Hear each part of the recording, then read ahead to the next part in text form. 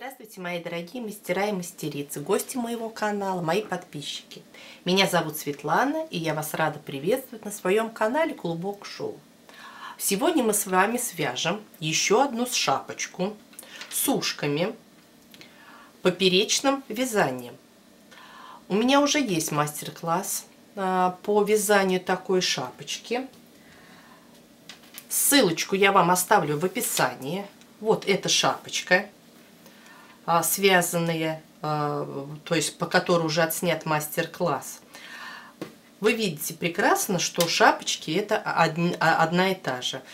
И принцип выполнения и убавлений, и прибавлений, и вывязывание ушек все одно и то же. Расчеты, принцип расчета тоже один и тот же.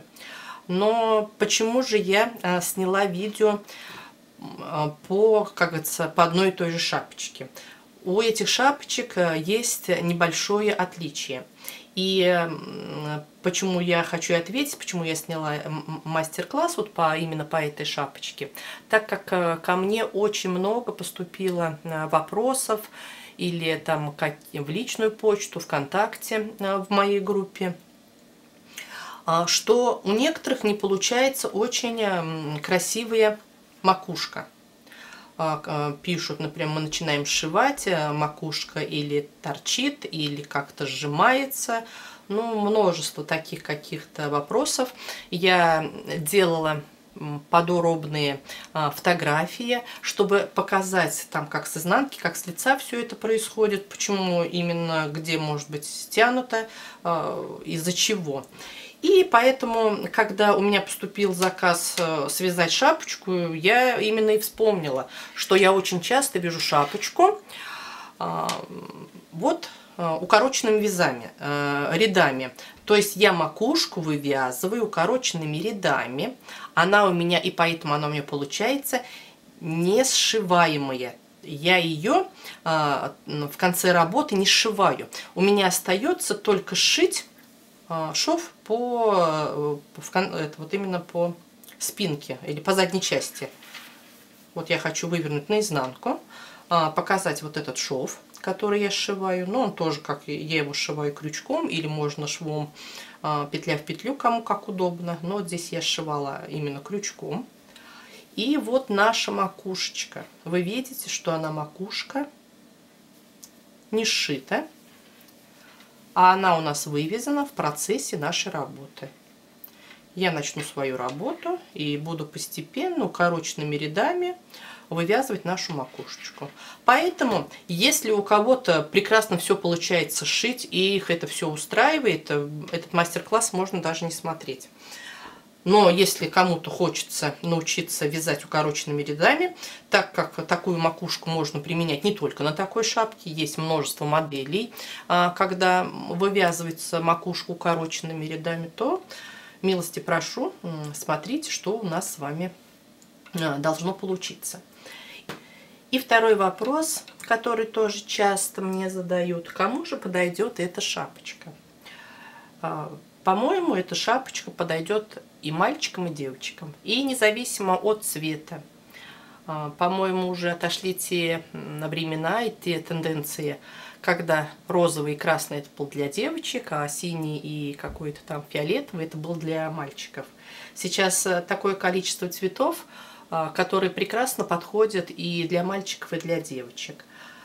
Поэтому я вот прям буквально несколько примеров хочу показать, как независимо от цвета можно подобрать и мальчику, и девочке. Ну вот обыкновенная шапочка, то есть вот этот фасон, бирюзовый цвет, цвет у нас с вами идет голубая бирюза, прекрасно подойдет и для мальчика, и для девочки. Можно украсить ушками.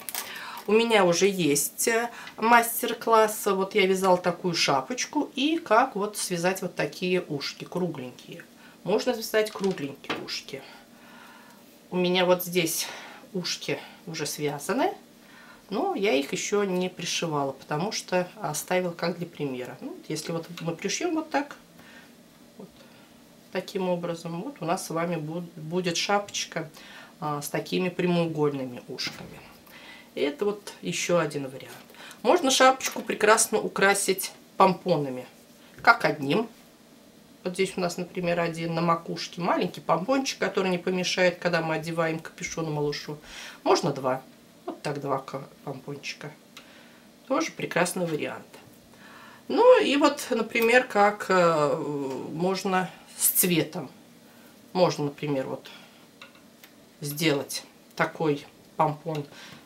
Ой, маленечко он у меня смялся. Цвет это у нас фиалка. Можно вот цвет фиалка сделать. И тогда красиво будет смотреться, если вы хотите в комплекте или снуд связать, или шарф связать тоже бирюзовый с фиолетовым, или наоборот фиолетовый с бирюзой. И как вариант, например, вот к такому помпончику я сделала вот такую брошечку. Брошечку можно повернуть и так. Пока она у меня без основания, который можно повернуть и так. Вот такой вариант шапочки. Ну, для девочки можно прекрасно сделать акцент какой-либо брошью. Сейчас множество вариантов вот этих брошечек. И, как говорится, 3 в одном. Можно попробовать. Такой у нас помпон. Такое украшение. И вот так. И уже именно получилась вот такая девчачья шапочка. Но это небольшое лирическое отступление по поводу шапочки. И теперь хочу сказать, из чего же я эту шапку вязала. Я шапку вязала из пряжи «Детский каприз» фирмы Пехорка. Состав пряжи у нее 50% мериносовая шерсть и 50% фибра. Вот за счет фибры ниточка получается такая объемная, очень мягкая. Мне пряжа это очень нравится. И так у нас с вами получается в 50 граммах 225 метров. Я шапку вязала в 2 нити и вязала спицами 3,5. Вот и все, что нам с вами потребуется. Я взвесила свою шапочку. Она у меня весит 37 грамм. Поэтому вот такого одного моточка вам вполне хватит, чтобы у вас получилась достаточно теплая шапка. Она прекрасно, то есть, подойдет на весну, на осень. Вот хочу показать. Она не вот там тоненькая. Она очень теплая. И достаточно к малышу будет комфортно в ней. Ну вот, по-моему, все, что нам с вами потребуется, поэтому теперь мы с вами приступаем к нашим расчетам. Я связала образец, его постирала, немного отпарила, и моя плотность получается в 12 петельках 7 сантиметров, 11 рядов это 4 сантиметра. Поэтому мы будем делать расчеты, опираясь вот на мою плотность. Если у вас плотность другая, вы делаете свои расчеты.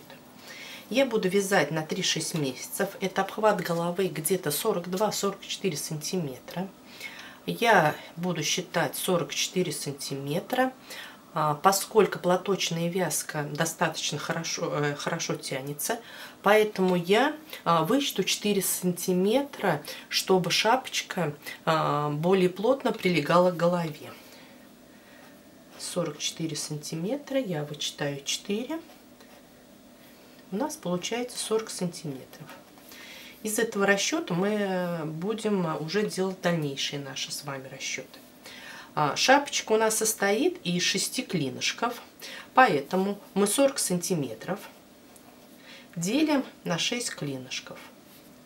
Ширина каждого клинушка у нас получается 6, вот там 67, 6,6 сантиметра. Теперь нам надо с вами где-то от полсантиметра до сантиметра убавить из 3-го и 4-го клиньев. И эту разницу нам надо с вами прибавить к нашей к 1-й, 2-й, 5-й и 6-й частям. Я вычитаю вот 0,6 сантиметра, Поэтому у меня третий и четвертый клин по 6 сантиметров. И эту разницу я делю уже на 4 остальных. У меня получается по 7 сантиметров.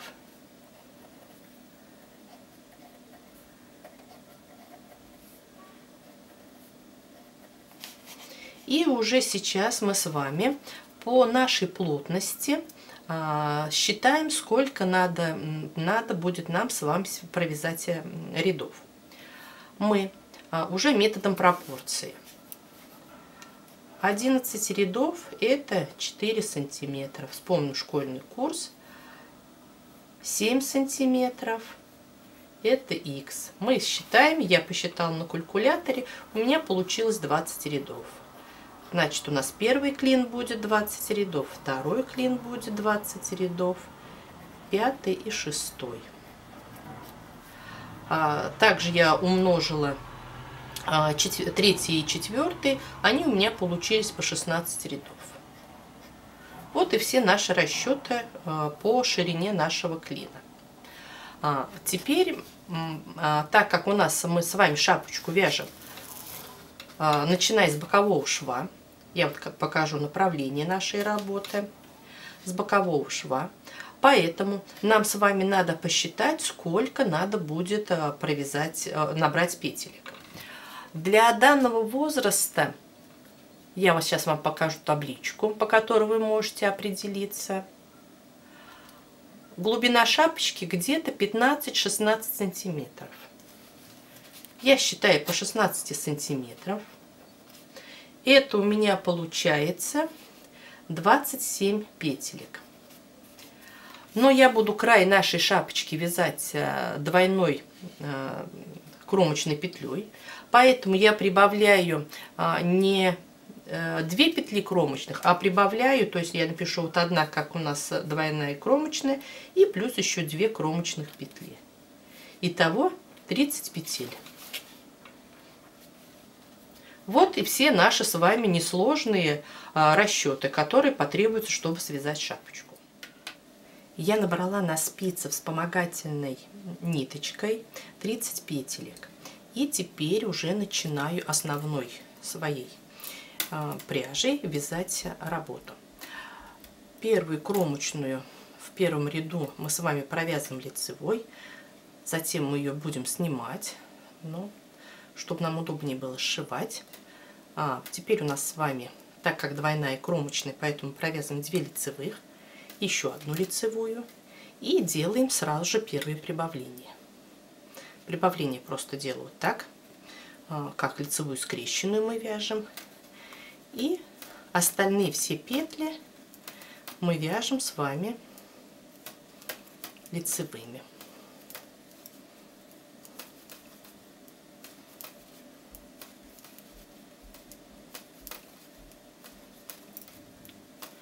Так я провяжу ряд до конца, и следующий ряд изнаночный провяжу тоже лицевыми петельками, поскольку платочной у нас вязкой будет связана вся шапочка, поэтому мы будем вязать полностью все лицевые петли. Без изнаночный ряд я провяжу без прибавлений. Я провязала изнаночный ряд до конца, теперь следующий ряд.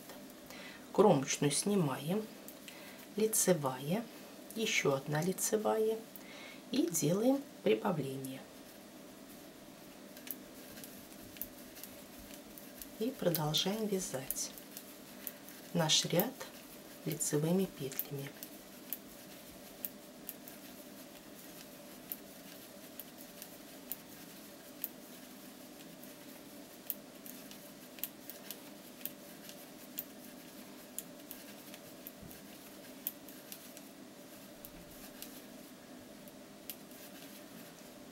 Я довязала ряд практически до конца. У меня осталось только 2 петли. Это кромочная и 1 лицевая.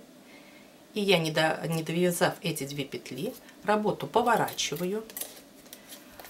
Последнюю провязанную петлю я переношу на спицу. Переношу. И ниточку вот так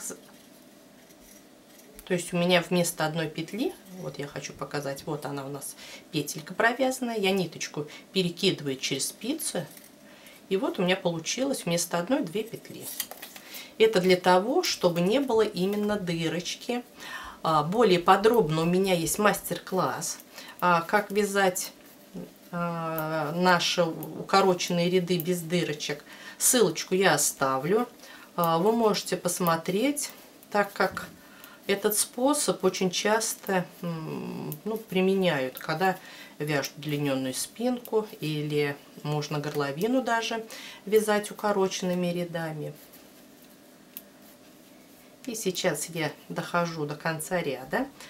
Нашу, которую мы с вами петельку прибавляли, мы провязываем лицевой, еще одна лицевая и вот двойная кромочная.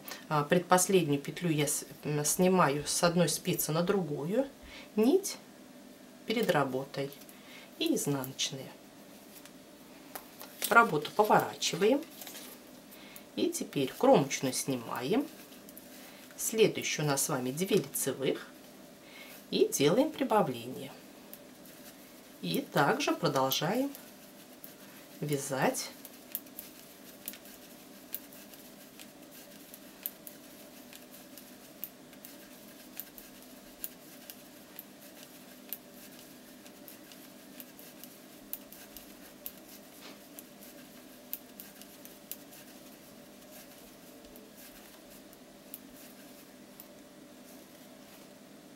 Я дошла до той петли, которую мы с вами перевернули. Вот у нас с вами укороченный ряд, у нас с вами получается 1, 2. Это вот 3, вместо нее получилось 2 петли. И теперь опять работу поворачиваем. И также мы последнюю петлю снимаем, ниточку перекидываем через спицу. И получается у нас 2 петли. И продолжаем вязать. Сейчас я довяжу ряд до конца, и мы уже с вами, нам уже будет хорошо видно, как у нас с вами ряды укорачиваются.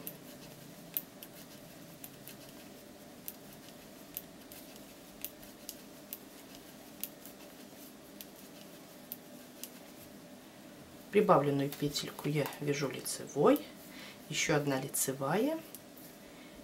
Предпоследнюю петлю я снимаю нить перед работой и изнаночная. Вот здесь видно. Здесь у нас с вами идет прибавление. Вот это прибавление. А здесь у нас с вами вывязываются укороченные ряды. Вот мы с вами одну петельку не довязали и вот вторую петельку не довязали. И так мы с вами будем продолжать вязать, провязав 20 рядов. Я связала 20 рядов. Вот что у нас с вами получается. Это здесь прибавление, начало нашего ушка. Пока не очень понятно. Это вот здесь я отметила те места, где вязала укороченными рядами. Маркером у меня отмечено 28 петелек вместе с кромочной. Здесь у меня. И теперь мы с вами вяжем второй параллелограмм. Здесь мы будем с вами делать уже убавление с правой стороны, а с левой будем постепенно наши укороченные ряды, петельки вводить в работу. Для этого мы первую кромочную, так же как обычно, снимаем, провязываем 2 следующих лицевых. И теперь делаем убавление. Нам надо провязать 2 петли вместе. Но предварительно эти петельки надо перевернуть, чтобы был более ровный край убавления. Вот, и провязали 2 вместе. И теперь уже вяжем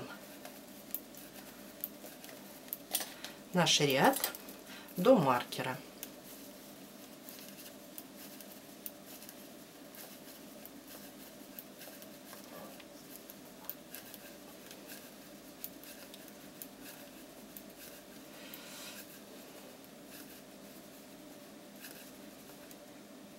Я довязала до маркера, маркер убираю, и 2 следующих петли я провязываю вместе лицевой.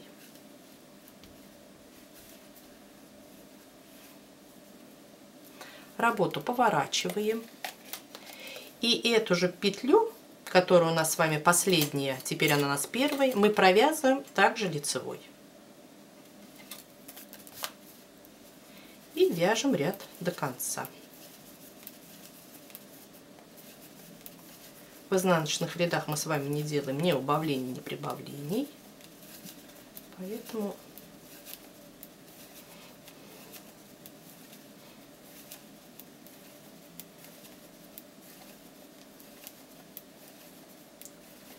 провязали. Предпоследнюю мы петлю снимаем. Нить перед работой, последняя изнаночной петлей. Теперь продолжаем также вязать. Кромочную сняли, 2 лицевых, 2 петли переворачиваем, провязываем их вместе и вяжем наш ряд.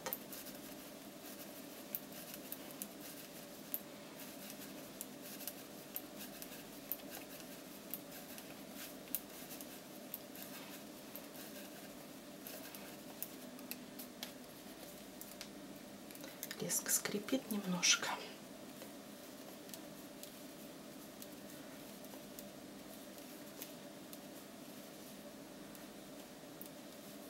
Я провязала нашу провязанную петлю, которую мы с вами последнюю провязали. И также теперь 2 следующих петли мы провязываем вместе. Если вам тяжело сориентироваться, где надо делать, провязывать вместе, можно отметить маркером. Например, вот эту петельку мы с вами провязали. И давайте легче, например, вы повесили маркер. Следующую петлю мы ее провязываем лицевой. И продолжаем вязать наш ряд. Сейчас я довяжу ряд до конца.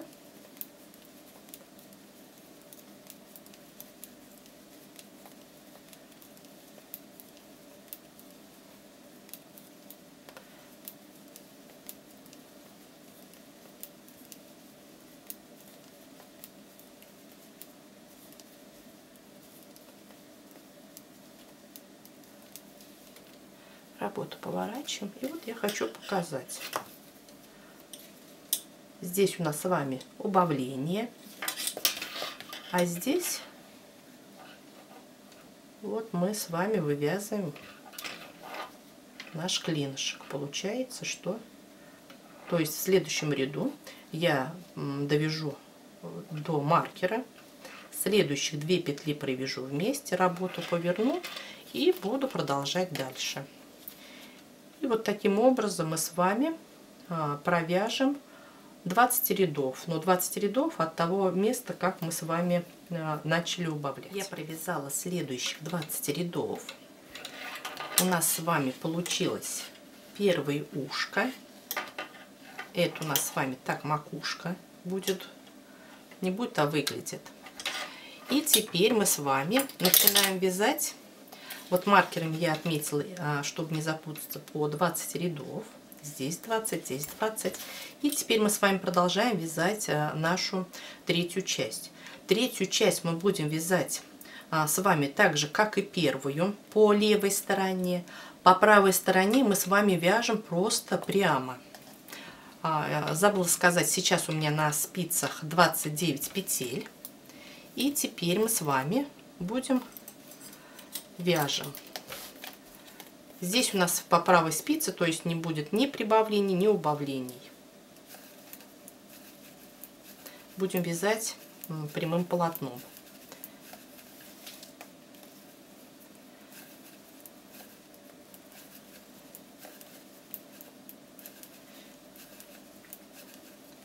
Сейчас я дойду вот, как мы с вами и начинали первую часть.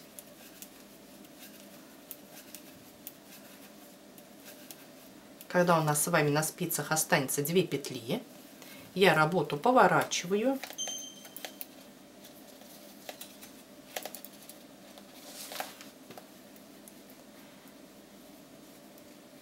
Петельку переношу, ниточку за спицу, получается 2 петли, и продолжаю вязать.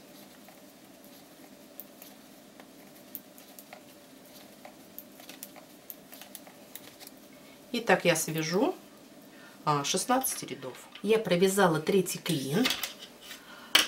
У нас с вами получается половина шапочки. Вот так у нас с вами выглядит. И теперь я буду вязать 4-й клин. В 4-м клин, когда мы вяжем, также продолжаем вязать с правой стороны прямо. А с левой стороны будем постепенно вводить наши петельки, как во 2-м клинышке.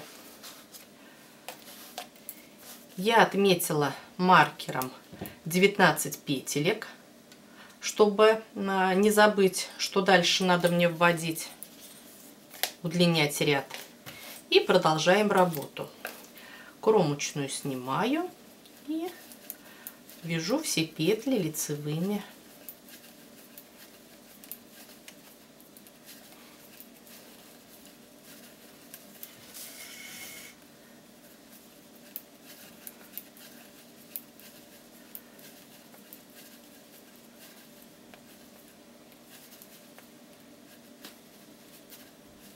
Я дошла до маркера. Маркер снимаю. И следующих 2 петли провязываю вместе. Провязала. Работу повернула. Также провязала сразу лицевой. И довязываю ряд до конца. И так я буду делать, пока не провяжу 16 рядов. Это у меня получается, чтобы 4-й клин был готов полностью. Мне надо провязать 16 рядов. Я связала 4-ю часть шапочки. Вот она у меня, мои 16 рядов. И вот что у нас с вами получается. Теперь нам с вами осталось связать 5-ю и 6-ю часть. 5-я часть у нас с вами вяжется так же, как 1-я, а 6-я, как 2-я.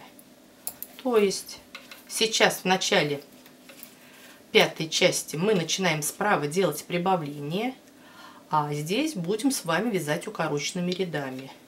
В 6-й части мы с вами будем делать убавление, а слева будем постепенно вводить в работу наши петельки. Я связала последний клин. Вот что у меня получилось. И теперь нам с вами осталось только сшить шапочку. Для этого мы с вами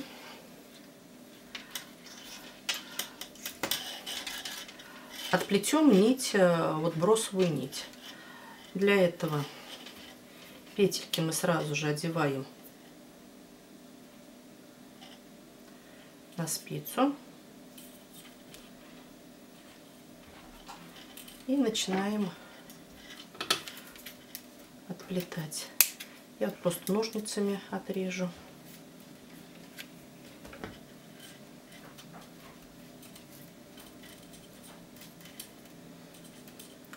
Здесь я завязала на узелочек, чтобы ниточка не убежала.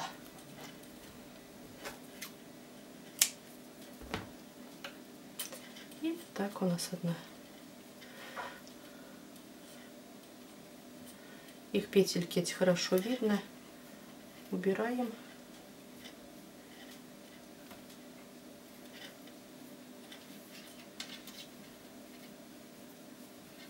И вот следующую петлю. И так мы отплетем нашу бросовую нить, и у нас весь наборный край будет на спице. Я сняла все петли. Вот у меня что получается. Теперь я свою работу сворачиваю лицевая сторона вовнутрь. И с изнаночной стороны начинаю сшивать с помощью крючка. У меня крючок так же, как и размер спиц, 3,5. Я снимаю одну петельку с одной спицы. Теперь другую петлю с другой спицы и провязываю их вместе. Теперь продолжаем. Одна петля с одной спицы, другая с другой. И у нас с вами уже 3 петли. Мы их провязываем все вместе. И так повторяем. С одной спицы, с другой провязали.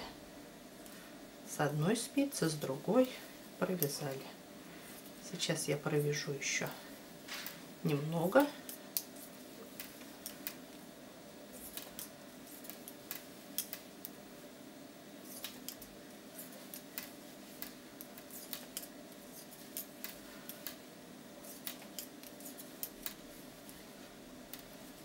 Ниточку вытяну, чтобы вот что у нас с вами получается с внутренней стороны, то есть с лица. И так мы с вами закроем все наши петельки.